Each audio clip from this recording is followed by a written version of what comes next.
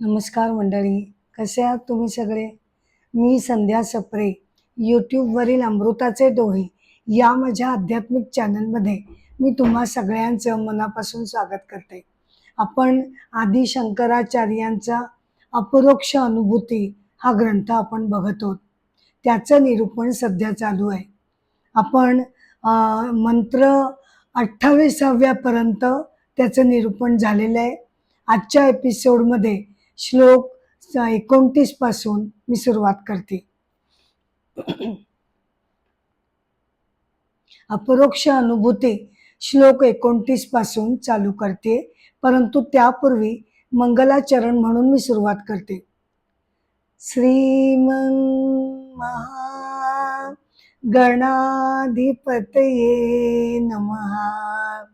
वक्रतुंड महाकाय सूर्यकोटि समप्रभ. निर्विघ्नं कुरु मे देव सर्वकार्येषु सर्वदा. नमो देव्ये महादेवे शिवाये सततं नमः. नमः प्रकृते भद्राये नियता प्रणता स्मताम्. कृष्णाय वासुदेवाय हरये परमात्मने प्रणतक्लेशनाशाय गोविंदाय नमो नमः. श्लोक 29. स्वदेहे शोभनं संतं पुरुषाख्यं च सम्मतं किं मूर्ख शून्य आत्मानं देहातीतं करोषि भोः. म्हणजे आपण इथे आदी शंकराचार्य असं म्हणतायत, प्रत्येकाच्या शरीरामध्ये हे जे आत्मतत्व वसलेलं आहे ते सच्चित आनंद स्वरूप आहे आणि जे शरीराहून वेगळं आहे. ज्याला पुरुष असं श्रुतींनी म्हणजे काय तर वेदांना श्रुती वाङ्मय असं म्हटलं जातं. श्रुती म्हणजे जे ऐकलं गेलं ते, आणि वेद हे ऐकत गेलेलं वाङ्मय आहे. त्यामुळे श्रुतींनी म्हणजे वेदांनी जे सांगितलंय की त्याला पुरुष असं म्हटलं जातं, तर ते वेदांनी असं सांगितलेलं आहे आणि तरी सुद्धा ते अस्तित्वातच नाही असं तू अज्ञानी जीवा हे कसं काय म्हणू शकतोस. म्हणजे काय होतं की आपल्याला शरीर आणि मन एवढंच फक्त माहिती असतं, त्यामुळे आतलं आत्मतत्व हे जणू अस्तित्वातच नाही असं बरेच जण मानतात. त्यामुळे त्यांनी ते म्हटलंय की जे श्रुतींनी पण सांगितलंय ते तू कसं काय अमान्य करतोस. कारण होते काय पंचायत की आपण ज्या ज्या शब्दांनी परमात्म्याचं वर्णन करायला जातो तो निर्गुण असल्यामुळे, निराकार असल्यामुळे काहीही आपण त्याचं वर्णन केलं तरी ते नाही का. कारण ती गोष्ट नाही, ती थिंग नाही, ती ऑब्जेक्ट नाही. तो कोण आहे? तो स्वतः हे सगळं ऑब्जेक्ट आणि जगत बघणारा असा तो असल्यामुळे आपण त्याला शब्दांमध्ये पकडू शकत नाही. आणि त्यामुळे मग वाटायला लागतं, अच्छा म्हणजे काहीच जर नाही तर म्हणजे मग परमात्मा तत्व नाहीच की काय, शून्यच असलं पाहिजे. तर ते शून्य सुद्धा नाही, उलट ते परिपूर्ण आहे. ते आहे म्हणून जगत आहे. ते जर शून्य असेल तर जगताचा हा जो अखंड मोठा भव्य दिव्य असा जो डोलारा उभा राहिलाय तो कुणाच्या जीवावर आहे? तो जीवावर आहे त्या आत्मतत्वाच्या. तो एक्झिस्टन्स सगळ्यांना देतोय म्हणून त्याच्या एक्झिस्टन्सच्या स्टेजवर लोक येतात, काही काळ राहतात आणि मग नष्ट होतात. जगताची प्रत्येक गोष्ट त्याला जी उभारी दिलीये, त्याला जे अस्तित्व दिलंय ते ह्यानेच दिलंय. त्यामुळे ते जर शून्य मानलं तर मग जगताचा डोलारा हा एक क्षणभर सुद्धा टिकू शकणार नाही, कारण शून्यापासून निर्मिती होऊ शकत नाही. शब्दांमध्ये त्याचं वर्णन करता येत नाही, काही केल्या त्याची व्याख्या करता येत नाही. म्हणून केनोपनिषदामध्ये एक फार सुंदर मंत्र आलाय. जेव्हा साधक त्याला विचारतो गुरूंना की काय हा परमात्मा, हे आत्मतत्व आहे काय नेमकं, आम्हाला जरा समजावून सांगा, तेव्हा गुरु म्हणतात तो डोळ्यांचा डोळा आहे, तो कानांचे कान आहे, तो नाकाचा नाक आहे. अशा प्रकारे ते समजावून सांगतात. डोळ्यांचा डोळा म्हणजे काय, डोळ्यांनी आपण बघतो हे आपल्याला माहितीये, पण डोळ्यांना बघण्याची जी शक्ती आहे, ती शक्ती, त्याच्या पाठीमागचा खरा डोळा हे आत्मतत्व आहे. कानांनी आपण ऐकतो हे आपल्याला समजतं, पण ती जी ऐकण्याची शक्ती आहे ती त्या पाठीमागच्या आत्मतत्वाच्या शक्तीमुळे प्रत्येक इंद्रियाला, कर्मेंद्रियांना, ज्ञानेंद्रियांना, हाताला, पायाला, डोळ्यांना, आपल्या शरीराला, मनाला ही सगळी जी कार्यशक्ती मिळालेली आहे ती त्यापासून मिळालेली आहे. संत श्रेष्ठ तुकाराम महाराज जसं म्हणतात की आपुलिया बळे नाही मी बोलत. किती सुंदर असा त्यांचा अर्थपूर्ण अभंग आहे बघा. आपुलिया बळे नाही मी बोलत, सखा कृपावंत वाचा त्याची. त्यांच्या हातून अनेक उत्कृष्ट अभंगांची रचना झाली, परंतु तो संत महात्मा त्याचं जे श्रेय आहे ते स्वतःकडे न घेता तो म्हणतो की पाठीमागे माझ्या कृपा भगवंतांची आहे, आतमध्ये ईश्वर तत्व आहे, त्याची कृपा आहे म्हणून मी हे लिहितोय. आपुलिया बळे नाही मी बोलत, सखा कृपावंत वाचा त्याची. साळुंकी मंजुळ बोलत असे वाणी. अगदी मंजूळपणे साळुंकी गाते, साळुंकी मंजुळ बोलत असे वाणी. शिकवता धनी वेगळाची. अख्ख्या जगताचा जो धनी आहे, जो खराखुरा मालक आहे, जो त्याचा मालकी हक्क सांगत नाही, आपल्याला शक्ती देतो, त्याचं भाडं तो मागत नाही. अरे माझ्यामुळे तुला दिसताय, माझ्यामुळे तुला ऐकायला येत आहे, त्याचं मला भाडं दे, नाही. आपल्याला कुठचेही चेक स्वर्गामध्ये धाडावे लागत नाहीत. सगळं कसं आपल्याला विनासायास आणि त्याच्या कृपेने हे सगळं मिळालेलं आहे. त्यामुळे मी करतो असं नसून आपल्या पाठीमागे ती शक्ती आहे, त्याच्याबद्दल आपण कृतज्ञ राहिलं पाहिजे. आणि ती प्रत्यक्ष डोळ्यांनी आपल्याला दिसत नाही म्हणून ती नाहीच आहे असं धुडकावून लावणं हे बरोबर नाही. इथे आपण एक पुराण कथा बघणार आहोत.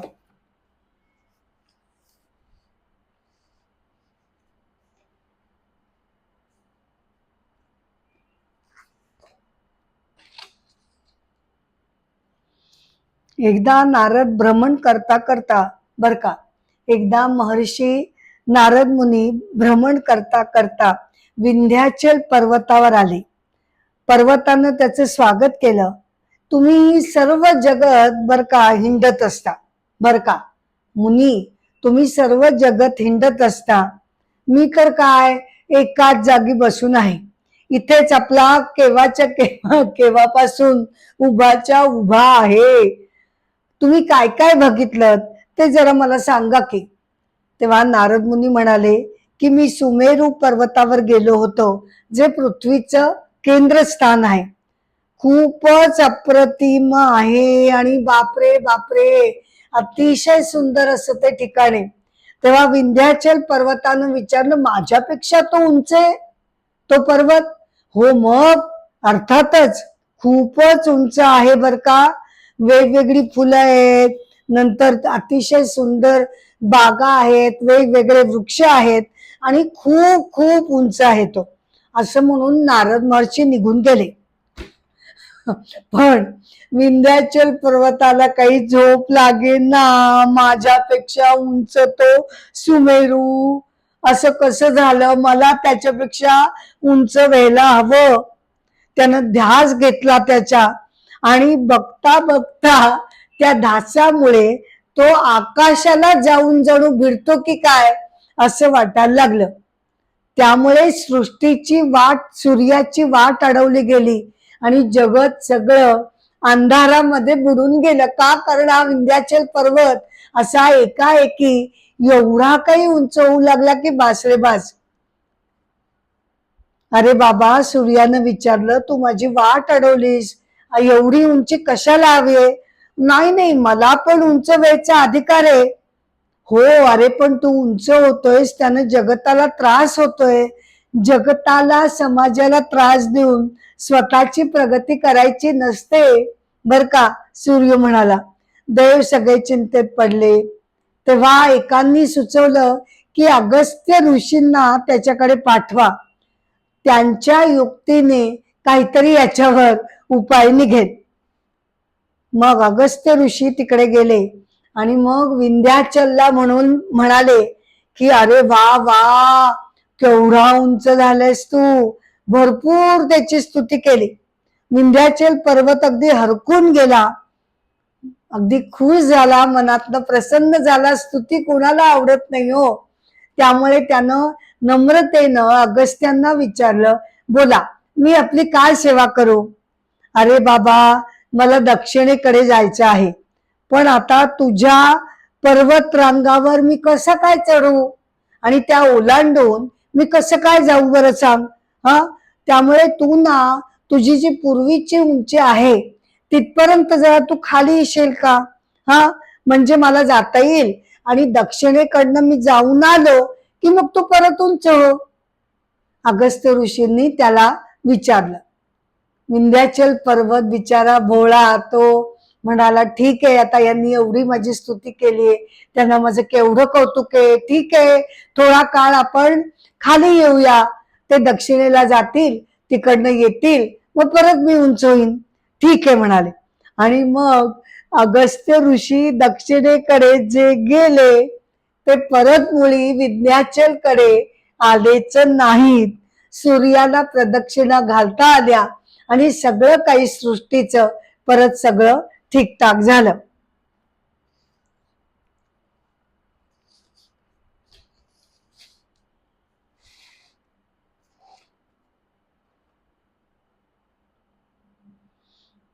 मंत्र 30वा. स्वात्मानं शृणु मूर्खम त्वं श्रुत्या युक्त्या च पुरुषम देहातीतम सदाकारम सुदुर्दर्शम भवादृशे.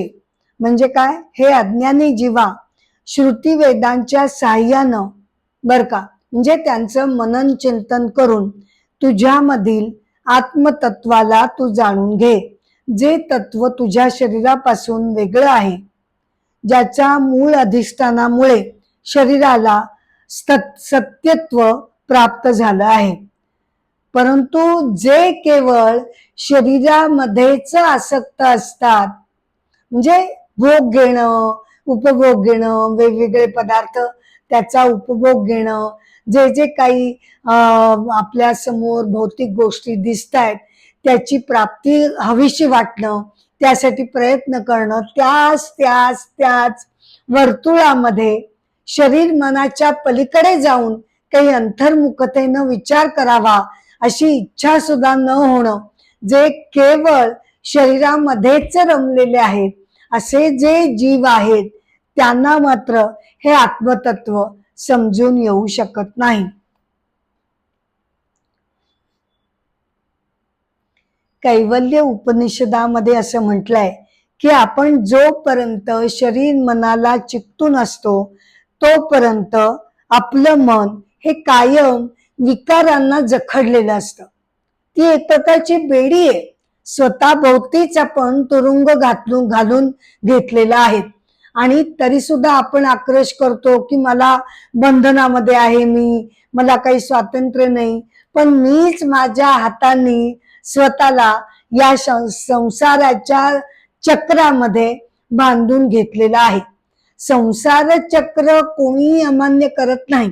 संसारामध्ये पडल्यावर ज्या जबाबदाऱ्या येतात त्या करायला हव्यात, पण तरी सुद्धा केवळ आणि केवळ त्याच्यामध्येच हजारो टक्क्यांनी केवळ त्याच्यातच गुरफटून जाणं हे योग्य नाही. मग त्यामुळे घडतं काय की राग, लोभ, द्वेष या सगळ्या अव्याहत चक्रांमध्ये आपण गुरफटून जातो. मनाला दुसरे काही उच्च विचार करण्याची ऊर्जाच त्याच्यामुळे मिळत नाही. विकारी जे मन आहे आपलं दूषित मन, ते ईश्वर तत्वावर ध्यान करू शकत नाही. आपली जी मनरूपी घागर आहे ती मुळी एवढी दूषित झालेली आहे, ती पहिली जेव्हा स्वच्छ करू, त्यातले विकारांनी भरलेलं त्यातलं पाणी जेव्हा आपण बाहेर ओतून टाकू, तेव्हाच त्या घागरीमध्ये दुसऱ्या काही तत्वाला प्रवेश करता येणं शक्य आहे. त्यामुळे आपलं मन तिथे भरकटत असल्यामुळे ईश्वर तत्वावर आपण एकाग्र होऊ शकत नाही. परंतु तपस्येने आपलं मन निश्चितपणे शांत होऊ शकतो. आणि अशी जेव्हा मनाची शुद्ध अवस्था प्राप्त होते, तेव्हा त्या शुद्ध मनामध्ये शुद्ध ईश्वर तत्व त्याच्यामध्ये प्रवेश करू शकतं.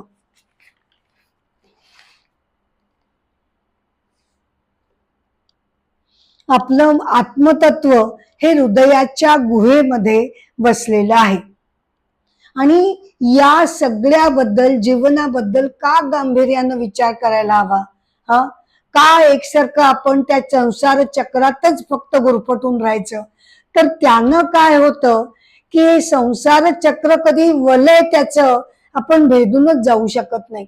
मृत्यूनंतरची आपली गती काय असेल याचा आपण आत्तापासूनच विचार करणं गरजेचं आहे, नाही का? कारण आपली कर्म आपली गती ठरवत असतात. त्यामुळे मृत्यू म्हणजे काय आहे तर शरीरामधून आपलं प्राण ऊर्जा तत्व निघून जातं. म्हणजेच कोण निघून जातो? आपल्यातील जीवरूपी अहंकार जेव्हा आपल्या म्हणजे जो जीवरूपी जीवात्मा किंवा अहंकार जो सूक्ष्म शरीरामध्ये आहे तो जेव्हा बाहेर पडतो तेव्हा आपल्याला मरण येतं.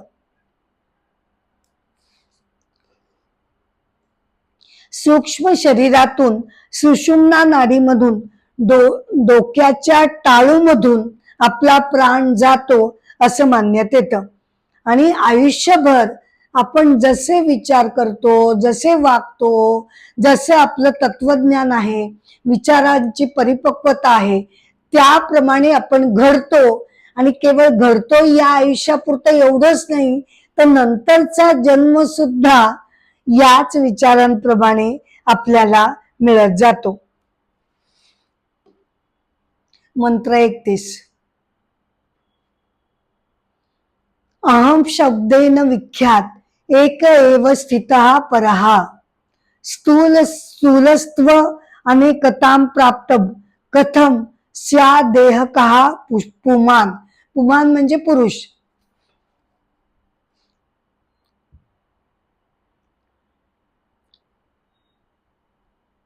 हे जे आत्मतत्व आहे ते प्रत्येकाच्या हृदयात जरी असलं, म्हणजे व्यक्ती लाखो आहेत. कशा लाखो आहेत? तर शरीर मन प्रत्येकाची वेगळं आहे, पण त्यामध्ये जे भरलेलं आहे आत्मतत्व, प्रत्येक शरीराला ऊर्जा तत्व देणारं त्यातलं प्रत्येकाचं आतलं आत्मतत्व हे एकच एक ईश्वरीय तत्व आहे. मी असं म्हणू शकत नाही की माझ्यातील आत्मतत्व मोठं महान आहे बर का, आणि तुझ्यातील नाही, तुझ्यातलं काही बरोबर नाही.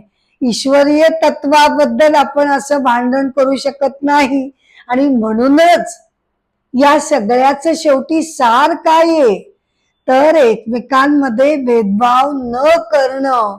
भले शरीर वेगळी आहेत मान्य, पण नुसती शरीर वेगळी असून काय आहे, त्या शरीराचं जे चालणं फिरणं ते तर एकाच ऊर्जेमुळे सगळ्यांना मिळतंय ना. मग कशाला विषमता हवी? आणि कशाला हा परका, हा वेगळा, तो वेगळा, असा परकेपणा, असा दुजा भाव कोणीही आपल्या वर्तनामध्ये आणू नये, ही त्यामागची खरी कळकळ आहे.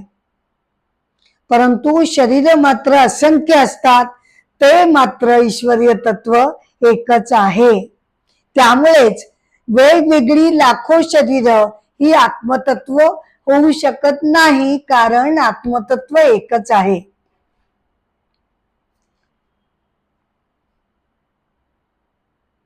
मंत्र 32. अहम दृष्टातया सिद्धो देहो दृश्यतया स्थितः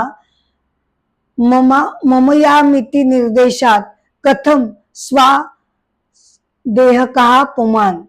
आत्मतत्व हा बघणारा आहे, साक्षी आहे, आणि शरीर हे बघितलं जातं. दोन गोष्टी असतात, एक बघितलं जातं ते आणि जो बघणारा आहे तो. हा जो मूळ सिद्धांत आहे त्याच्यावरनं दृक दृश्य विवेक ही पद्धती विकसित झालेली आहे. दोन्ही गोष्टी वेगवेगळ्या असतात. जे बघितलं जातं ते आणि बघणारा कसं काय, तर जे डोळे या गोष्टी बघतात, टेबल खुर्ची हे सगळं कोण बघतं, डोळे. डोळ्यांना कोण बघतं म्हणजे जाणतं या अर्थानं, तर मन. आणि मनाला कोण जाणतं, मन कधी उदास असतं, कधी छान असतं, कधी आनंदी असतं. अशा प्रकारे या अर्थाने मनाला जाणणारा कोण आहे, तर तो आपल्यातील आत्मतत्व आहे. त्यामुळे आपण असं म्हटलं समजा की मी शरीर आहे, तर काय घडतं की शरीर हे सतत बदलत असतं, नाही का. वेगवेगळ्या अवस्थांमधून शरीर जात असतं. बालपणीचं शरीर, तरुणपणचं शरीर, अशा त्याच्या अवस्था बदलत असतात. मग त्याच वेळेला एकाच वेळी बदलणारं हे शरीर, आणि त्याच वेळेला मला मात्र असं वाटतं की मी तीच आहे ना, बर का. शरीर बदलताय पण मी मात्र तीच आहे. बालपणीची संध्या मीच आहे, तरुणपणीची पण मीच आहे, आता वृद्धत्व आलंय ती संध्या सुद्धा मीच आहे. तर मी ती एकच आहे. एकाच वेळेला मला दोन्ही गोष्टी कशा वाटतात की बदलणारं शरीर सुद्धा मीच आहे आणि न बदलणारी मी सुद्धा एकाच वेळेला मला कसं काय वाटू शकेल. त्यामुळे या शरीराला बघितलं जातं, त्याच्या अवस्था या जाणल्या जातात. आता होतं काय की हे आपण जेव्हा चिंतन करतो, नाही का, जेव्हा या ग्रंथांचं आपण श्रवण करतो, हळूहळू अभ्यास होतो, बुद्धीमध्ये मॅच्युरिटी येते आणि पटायला लागतं, हा खरंय खरंय आपल्यामध्ये ईश्वरीय तत्व वसलेलं आहे आणि ते कसं आहे, ते अविकारी आहे आणि तेच माझं खरं स्वरूप आहे. सगळं पटतं. पण होतं काय की प्रत्यक्ष जीवनामध्ये वागताना मला राग येतोच. काही माझ्या मनाविरुद्ध घडलं की मला क्रोध येतो. समोरची व्यक्ती माझ्या मनाप्रमाणे वागली नाही की लगेच माझा अपेक्षा भंग होतो. तेव्हा मी ते जे तत्वज्ञान माझ्यामध्ये मुरायला पाहिजे की बाबा रे, मन उदास आहे, मनाला राग आलाय, मनाला क्रोध आलाय, पण मन म्हणजे मी नाही. हे जे समीकरण आपल्याला वेदांत सांगतोय ते फक्त बुद्धीच्या स्तरावर पडतं, पण प्रत्यक्ष वागताना मात्र मन म्हणजेच मी, मनाला क्रोध आला म्हणजेच मला क्रोध आला, त्या वेळेला माझ्या रिॲक्शन्स उसळ्या मारून ज्या बाहेर पडतात, त्यानं सिद्ध काय होतं की माझ्या फक्त बुद्धीला तत्वता पटलंय की शरीर आणि मन म्हणजे मी नाही. पण शरीर मनाच्या ज्या ज्या अपेक्षा, डिमांड्स, त्यांचे जे बदलणारे मूड्स, ते सगळे माझेच असतात. त्यावेळेला मला हे भान राहत नाही की बा मनाला रागलाय ना, पण मी जरा दूर राहते, असं मला वाटत नाही.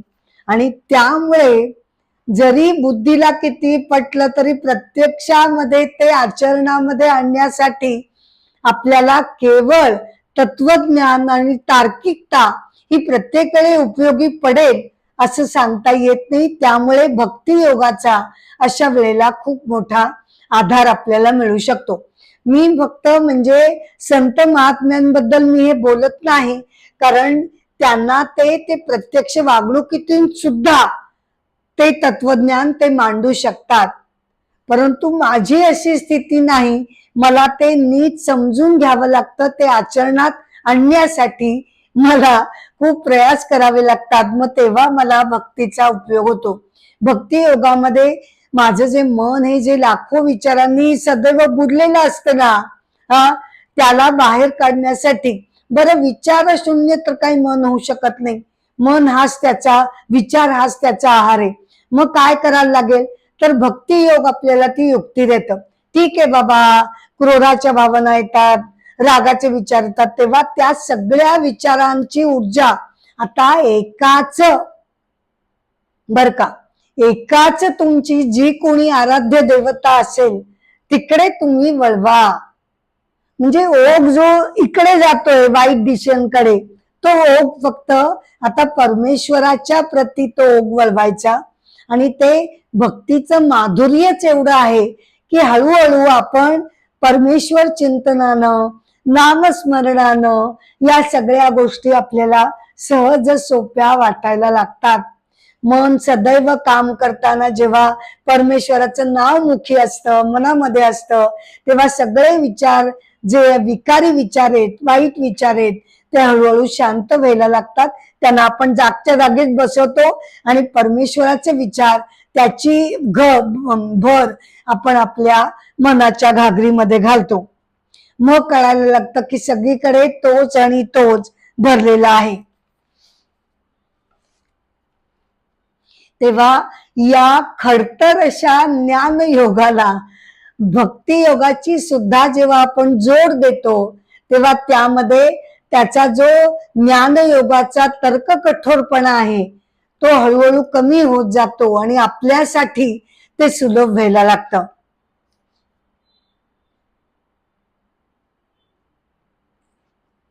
मंत्र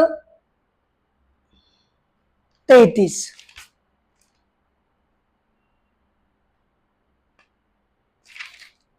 मंत्र 33. अहम विकारहीन वस्तू देहो नित्यम विकारवान इति प्रतीयते साक्षात कथम स्या देहका पुमान.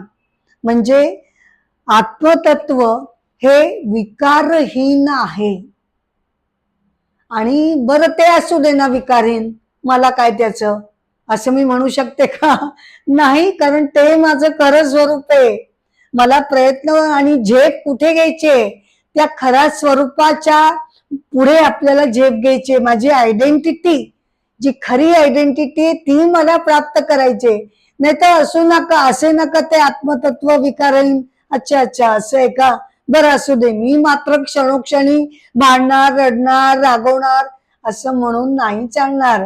का? कारण वेदांताचा तोच तीच तर कळकळ आहे की आपण सगळ्यांनी भले अगदी ईश्वरीय स्वरूप जे आपलं खरं स्वरूप आहे तिथपर्यंत जरी आपली गाडी नाही पोचली, नको पोचू दे, पण निदान त्या प्रवासामध्ये आपल्या मनाचं हळूहळू अतिशय सुंदर, लोभस, सगळ्यांना हवं हवंस असं शांत स्वरूप, असं मनाचं व्यक्तिमत्व जेव्हा घडू लागतं, तेव्हा त्याची आपल्याला या मनुष्य जीवनाची सार्थकता वाटायला लागते. निदान एवढं जरी आपण प्राप्त केलं, मनाला थोडंफार बदलणं, त्याला चांगल्या विचारांची, चांगल्या सवयींची, चांगल्या कर्मांची सवय लावणं, हे जरी आपल्या हातून घडलं तरी बरंच काही घडतं की त्यातून. त्यामुळे आत्मतत्व हे विकारहीन आहे, परंतु शरीरामध्ये मात्र सगळे विकार विचार खचाखच दाटून भरलेले आहेत. त्यामुळे हे शरीर आत्मतत्व होऊ शकत नाही. आता आचार्यांचं एवढं विस्तृत प्रमाणामध्ये आणि गंभीर स्वरूपाचं असं लेखन झालेलं आहे. त्यापैकी त्यांचा पूजेबद्दल त्यांचे काय विचार आहेत ते आपण आता इथे जाणून घेऊया. वेगवेगळ्या विषयांवर त्यांनी अनेक विचार व्यक्त केलेले आहेत. साध्या साध्या कर्मकांडामध्ये सुद्धा खोल अर्थ भरलेला आहे, हे ते आपल्याला जाणवून देतात. पूजा, आता पूजा म्हटलं की आपल्याला काय वाटतं की फुलं, नंतर सगळी देवाला आपण ज्या ज्या गोष्टी वाहून त्याला त्या अर्पण करतो आणि पूजा करतो, उदबत्ती घ्या, नंतर दीप प्रज्वलन वगैरे हजारो गोष्टी आपल्या डोळ्यासमोर येतात. या अर्थानं ती पूजा आहेच, परंतु आचार्य त्याचा अजून खोल अर्थ आपल्याला सांगतात. ते म्हणतात, साधना म्हणून उपासने करता देवपूजा सुरू करण्यात आली. देवाला मोठ्या श्रद्धेनं पूजलं जातं. देवाचे आवाहन करून त्यांची पूजा केली जाते. यामध्ये मनाची शुद्धी ही होत असते. कळत नकळतपणे या कर्मकांडामध्ये आपल्या मनाची पवित्रता, मांगल्य पुन्हा ते खेचून परत आणलं जातं आणि मनाची शुद्धी होते. मन हळूहळू निर्मळ व्हायला लागतं. साधक परमेश्वराशी एकरूप होतो. हे झालं साधकाचं. परंतु ज्यानं आत्मतत्व जाणलाय असे ज्ञानी काय जाणतात की हे अख्खं चराचर, हे सर्व जगत बर का, हे सगळं जगत हे जणू साक्षात परमेश्वराचं मंदिर आहे. माझ्या देव्हाऱ्यापुरतं ते संकुचित नाही, तर अख्खं जगत हे जणू साक्षात मंदिर आहे आणि त्यामध्ये ईश्वर रूपी, परमेश्वर रूपी चैतन्य ऊर्जेचं अधिष्ठान त्या देव्हाऱ्यामध्ये, देव्हारा कोणता? जगताचा भव्य देव्हारा, त्यामध्ये ते मांडलेलं आहे. देहरूपी मंदिरामध्ये परमेश्वर वास करतो. पूजन करणारा अहंकार जो आहे त्याचं पूजन कोण करतोय? माझ्यातला अहंकार रूपी जीवात्मा त्याचं पूजन करतो. मी म्हणते ना, मी बाबा रोजच्या रोज पूजा करते. कोण बोलतंय? माझ्यातला अहंकार रूपी जीवात्मा. जोपर्यंत हा अहंकार विकाराने ग्रासलेला आहे तोपर्यंत आपली पूजा खऱ्या अर्थानं परमेश्वराची पूजा होऊ शकत नाही. परंतु जेव्हा ती अहंकार रूपी जो आपला जीव आहे तो जेव्हा शुद्ध होतो तेव्हाच आपल्या हृदयातील आत्मतत्वाचं आपल्याला खऱ्या अर्थानं दर्शन होतं आणि तीच खऱ्या अर्थानं पूजा मानण्यात यायला पाहिजे. शरीराच्या मंदिरामध्ये आत्मा हा निरंजन रूपी म्हणजे मायेच्या अतीत असलेला असा तो आत्मा, त्याला जाणायचा आहे. तर आपल्याला सुद्धा शुद्ध स्वरूप व्हावं लागेल.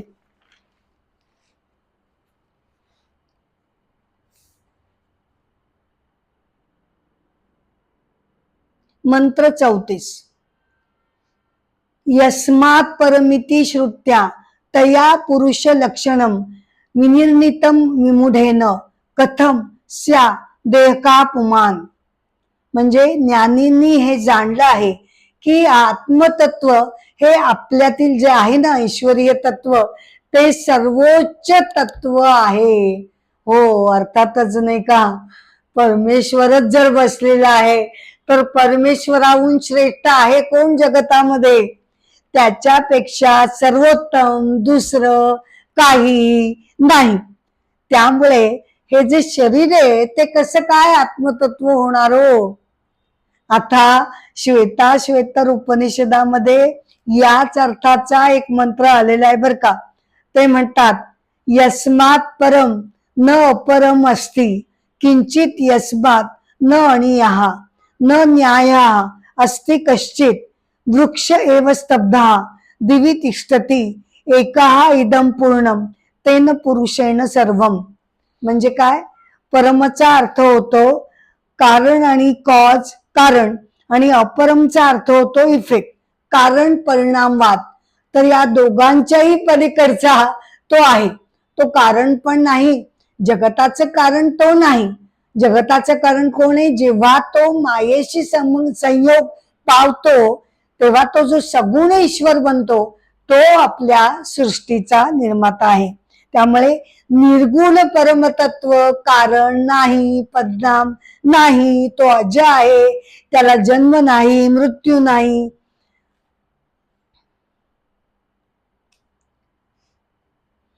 परमतत्व त्याच्या प्रकाशानं, स्वप्रकाशानं, त्याला सूर्यानं प्रकाश नाही दिला, चंद्रानं नाही दिला, उलट त्याच्याकडनं या जगताला, सूर्याला वगैरे प्रकाश मिळालेला आहे. त्यामुळे त्याचं स्वयंप्रकाशी, स्वयंभू असं त्याचं प्रकाश तत्व आहे आणि त्यामुळे अख्खं जगत उजळून निघतं. जसा एखादा, इथे वृक्षाची उपमा दिली, जसा एखादा महाप्रचंड वृक्ष बर का, महाप्रचंड वृक्ष स्वतःच्या विशालत्वानं वर्षानुवर्ष स्थायी स्वरूपामध्ये स्थायी स्वरूपामध्ये मातीमध्ये रोवून उभा असतो, त्याचप्रमाणे हे परमतत्व बर का, परमतत्व नेहमीच त्या विशालकाय वृक्षाप्रमाणे ब्रह्मांडामध्ये अचलपणे स्थिरपणे सर्वव्यापी आहे आणि त्याच्या मूलभूत ऊर्जेमुळे जग चालू आहे.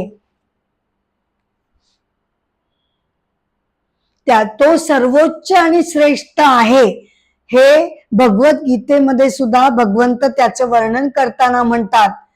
अध्याय 2 श्लोक 20, न जायते म्रियते वा कदाचिन नायम भूतमा भूता भविता वा न भूया अजो नित्या शाश्वतोयम पुराणो न हन्यते हन्यमते शरीरे.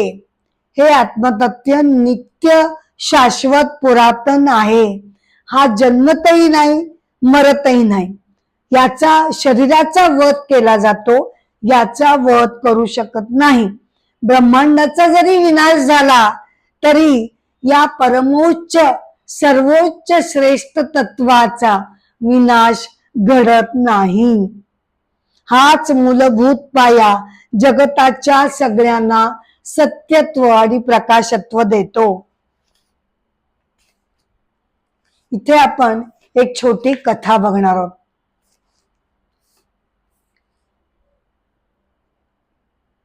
संत श्रेष्ठ सोपानदेव महाराज, ज्ञानेश्वरांचे धाकटे बंधू. संत श्रेष्ठ सोपानदेव महाराज, जन्म 1277, मृत्यू 1296. सासवड इथे त्यांची समाधी आहे. त्यांच्या नावावर 50 अभंग आहेत. गीतेवर त्यांनी सोपानदेवी ग्रंथ हा लिहिलेला आहे. निवृत्ती हे मोठे बंधू होते. नाथ संप्रदाय आहे. गहिनी नाथांनी निवृत्तीला शिष्य केलं आणि पुढे तो नाथ संप्रदाय सुरू झाला. श्रीकृष्ण भक्ती सोपानदेव महाराजांनी सांगितलेली आहे.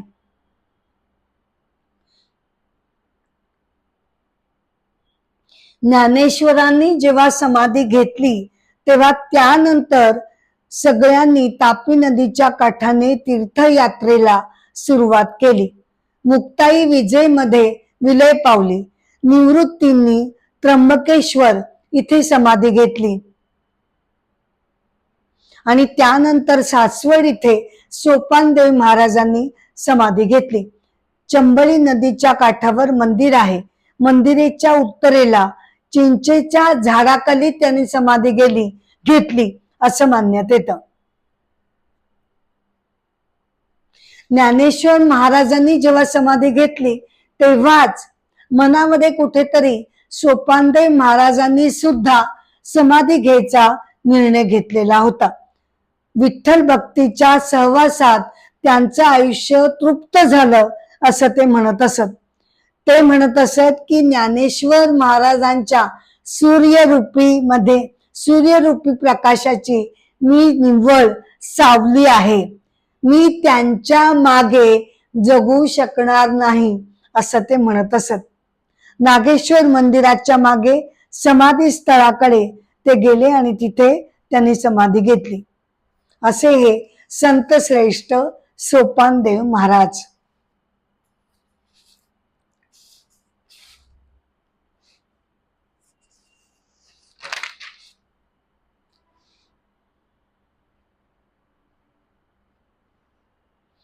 मंत्र 35. सर्व पुरुष एवेती सुक्ते पुरुष सन्निते अप्युच्यते यतः श्रुत्या कथम स्या देहकः पुमान. म्हणजे आचार्य असं म्हणतात की पुरुष सुक्तामध्ये सुद्धा बर का, पुरुष सुक्तामध्ये सुद्धा असं म्हटलेलं आहे की हे सर्व आत्मतत्वाचंच प्रगटीकरण आहे. जसं की सोने एकच पण त्याचं प्रगटीकरण लाखो दागिन्यांमध्ये होतं. व्यक्तीकरण त्याचं होतं, सोन्याचंच प्रगटीकरण होतं. सोन्याचंच दागिने हे व्यक्तीकरण असतं. त्याचप्रमाणे एका ईश्वरीय तत्वाचंच हे अख्खं जगत व्यक्तीकरण आहे. म्हणजे परमेश्वरानंच ही असंख्य रूप धारण केलेली आहेत. ते अविनाशी असून जगतातल्या लाखो गोष्टी मात्र विनाशी आहेत. मग हे जगत परमेश्वरानं निर्माण तरी का केलं? तर त्याचं कारण असं म्हटलं जातं की प्रत्येक जीवानं जी कर्म केलेली असतात त्या कर्मफळाचं संचित भोगण्यासाठी म्हणून हे जगत निर्माण झालेलं आहे. आता हे पुरुष सुक्ताचा उल्लेख आचार्यांनी जो केलाय ते पुरुष सुक्त ऋग्वेदामध्ये 10व्या मंडलामध्ये ते आलेलं आहे. ऋग्वेदातील 10व्या मंडलात एक प्रमुख सुक्त असं एक पुरुष सुक्त आहे. अख्ख्या जगताचा मूळ विराट पुरुषाचं वर्णन त्यामध्ये केलेलं आहे. त्याला वैश्विक ईश्वराचं स्वरूप मानलं गेलेलं आहे. या सुक्ताची देवता कोण आहे? तर विराट पुरुष, आदि पुरुष ही त्याची देवता आहे. आणि त्याचे कर्ते कोण आहेत? त्याचे ऋषी नारायण मानले जातात. यामध्ये एकूण 16 मंत्र आलेले आहेत. या विराट पुरुषाला सहस्र डोळे आहेत, सहस्र पाय आहेत. तो सर्व भूमीला व्यापून त्याहून त्याच्या पलीकडे लाखो ब्रह्मांडांच्या पलीकडे सुद्धा तो परत 10 अंगुळ 10 बोट तो उरलेलाच आहे. गीता अध्याय 10 मध्ये सुद्धा भगवंत म्हणतातच ना की हे अर्जुना, तुला ब्रह्मांडाचा हा सर्व पसारा जाणून घेऊन काय करायचंय? सांग तुम्हाला. मी आपल्या एकाच अंशानं हे सर्व जगत व्यापून राहिलेलं आहे. एकाच बर का, निव्वळ एकाच अंशानं हे सर्व जगत व्यापून राहिलेलो आहे. पुरुष सुक्तामध्ये पुढे असं म्हटलंय की हे सर्व जगत म्हणजे जणू विराट पुरुषच आहे. याला जेव्हा केवळ इच्छा झाली की मी एकटाच आहे, आता बहु व्हावं, अशी जेव्हा त्याला इच्छा झाली तेव्हा सगळ्यांच्या प्राणीमात्रांना निमित्त भूत असलेल्या अन्नाच्या द्वारे त्या अमृत तत्वाचा हा स्वामी जगताच्या माध्यमातून प्रगट झाला.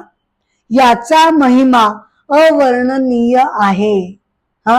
द्यूलोकामध्ये, द्यू म्हणजे अंतरिक्ष, स्वर्ग लोकामध्ये ज्योती रूपानं भरून राहिलेल्या या आदि पुरुषाचा एकच अंश, जेमतेम एकच अंश म्हणजे तो किती अति प्रचंड सर्वव्यापी आहे ही आपण कल्पना सुद्धा आपण खरं म्हणजे करू शकत नाही, पण केलेली बरी. एकच अंशाने उत्पत्ती, स्थिती आणि लय अशा प्रकारे तो या विश्वामध्ये पुन्हा पुन्हा प्रगट होत असतो.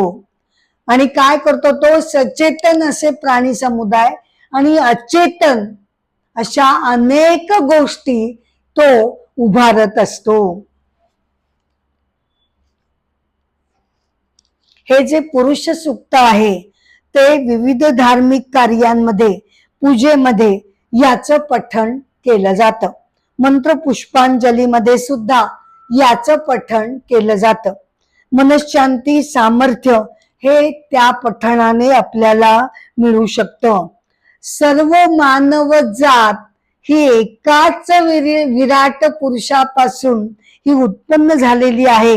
हा जो विश्वात्मक, हा जो एकात्म भाव आहे, सगळं जग, जगतातील करोडो माणसं वेगळी आहेत, पण असं असून सुद्धा सगळे एकत्वाच्या धाग्यानं एकमेकांशी बांधले गेलेले आहेत. हे विश्वात्मक ऐक्यत्मतेचं सूत्र हे पुरुष सुक्त आपल्याला सांगतं.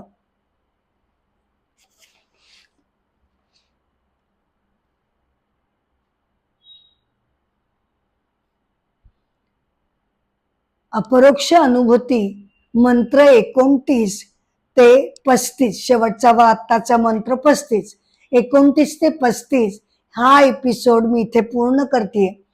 एपिसोडची सांगता करण्यापूर्वी शंकराचार्यांची एक छोटीशी कथा सादर करते आणि मग आपण एपिसोडची सांगता करू. आपण काय बघितलं की ते गुरु गोविंद पादाचार्यांसारखे श्रेष्ठ गुरु त्यांना लाभले. मग नर्मदेच्या तीरी त्यांनी 3 वर्ष आचार्यांकडून शिक्षण घेतलं. अनेक वेदांत, उपनिषद, ब्रह्मसूत्र, गणित, व्याकरण वगैरे अनेक विषयांमध्ये आद्य शंकराचार्य पारंगत झाले. हठयोग सिद्धी पण त्यांनी शिकल्या. त्याद्वारे अनेक सिद्धी सुद्धा आचार्यांना प्राप्त झाल्या. जसं की आकाशामधून विहार करणं, नंतर दूरवरच्या गोष्टी ऐकू येणं वगैरे अनेक सिद्धी त्यांना प्राप्त झाल्या.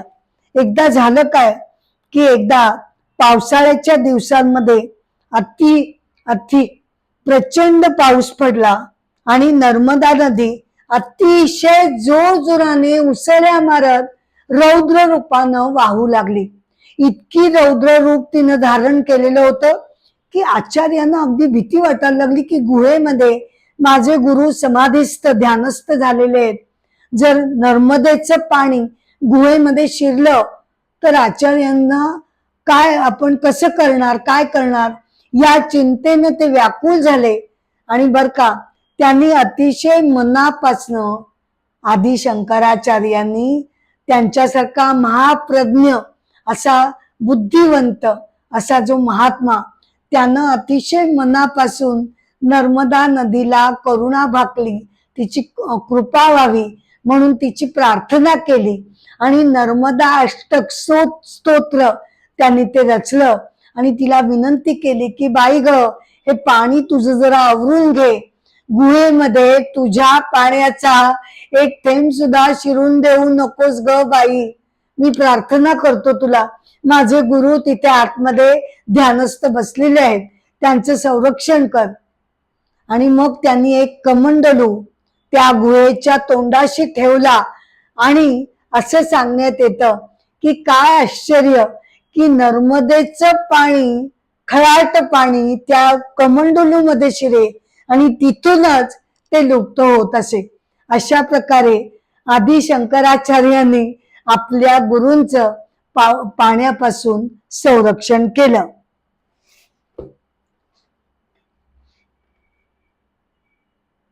या एपिसोडची मी सांगता करत असले तरी अनेक पुढचे एपिसोड पण घेऊन आणि पुढचे अनेक विषय घेऊन मी तुमच्या भेटीला येतच राहणार आहे. त्यामुळे कृपया माझ्या अमृताचे डोही या माझ्या YouTube वरील चॅनलला शेअर करावं, लाईक करावं, सबस्क्राईब करावं अशी मी तुम्हा सगळ्यांना नम्रपणे विनंती करते. एपिसोडची सांगता मी गजरानं करत आहे. जय जय राम, राम कृष्ण हरी हरी. जय जय राम, राम कृष्ण हरी. राजा राम कृष्ण हरी, राजा राम कृष्ण हरी हरी. जय जय राम, राम कृष्ण हरी हरी. नमस्कार.